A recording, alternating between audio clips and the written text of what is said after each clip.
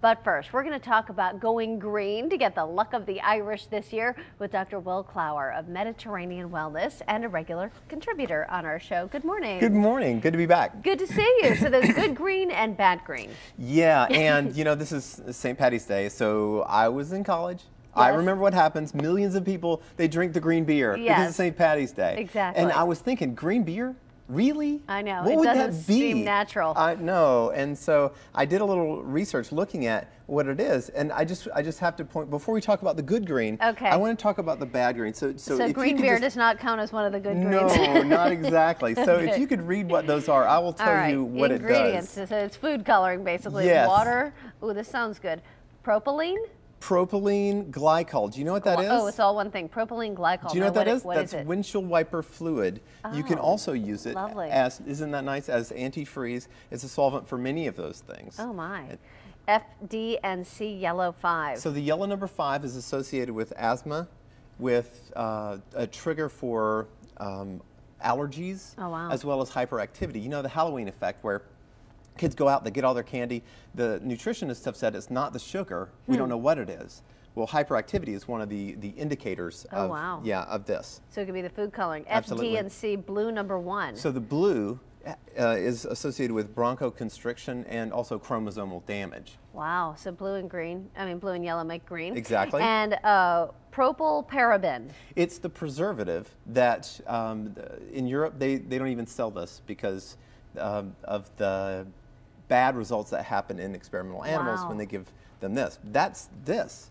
And when you get your green beer on Thursday, the St. Patty's Day, this is what you have. A little chromosomal damage, a little windshield wiper fluid. Windshield wiper fluid. There you go. Wow. This is the bad green. Oh my goodness. Well, let's talk about good greens because there are lots to choose from. And you know, something I wanted to do is to talk about the things that people don't really associate with it, like spinach. You think about spinach and you think iron, right? But did you know that the thing this has the most of is vitamin K? And vitamin K, what it does, I know, vitamin K1 prevents your body from breaking down bone. So it's good for your bones, and vitamin K2, which is massive, it has it, you know, lots of it. It anchors your calcium in your bones so you don't lose it. So if you want an osteoporosis prevention med, this is it. Wow, isn't that cool? Okay. Unbelievable. Avocados are amazing. They're from God. So this Thursday, you're going to have a lot of people are going to have guacamole.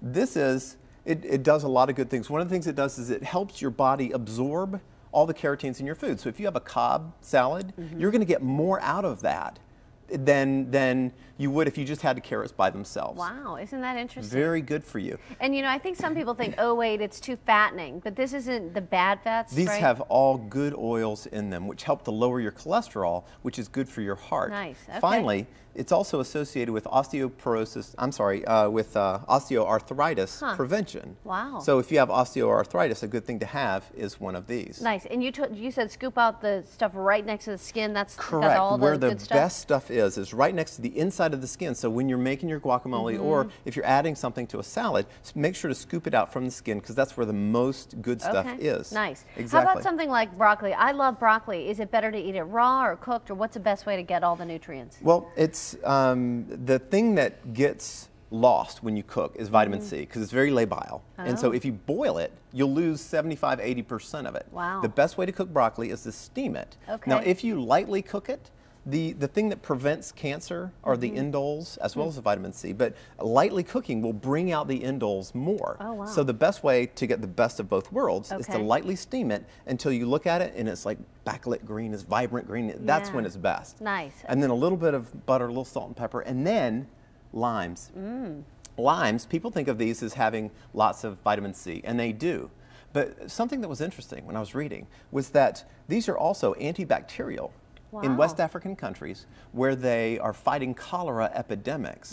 One of the things they'll do is add lime to the sauces, to their rice, to all their foods because it helps to prevent that bacterial invasion. It's a beautiful antibacterial. Isn't that amazing? Absolutely. Well, you've always got great information. Thanks for sharing that with us today. You bet, you bet. And Dr. Will Clower of Mediterranean Wellness here every other Monday to talk about healthy living.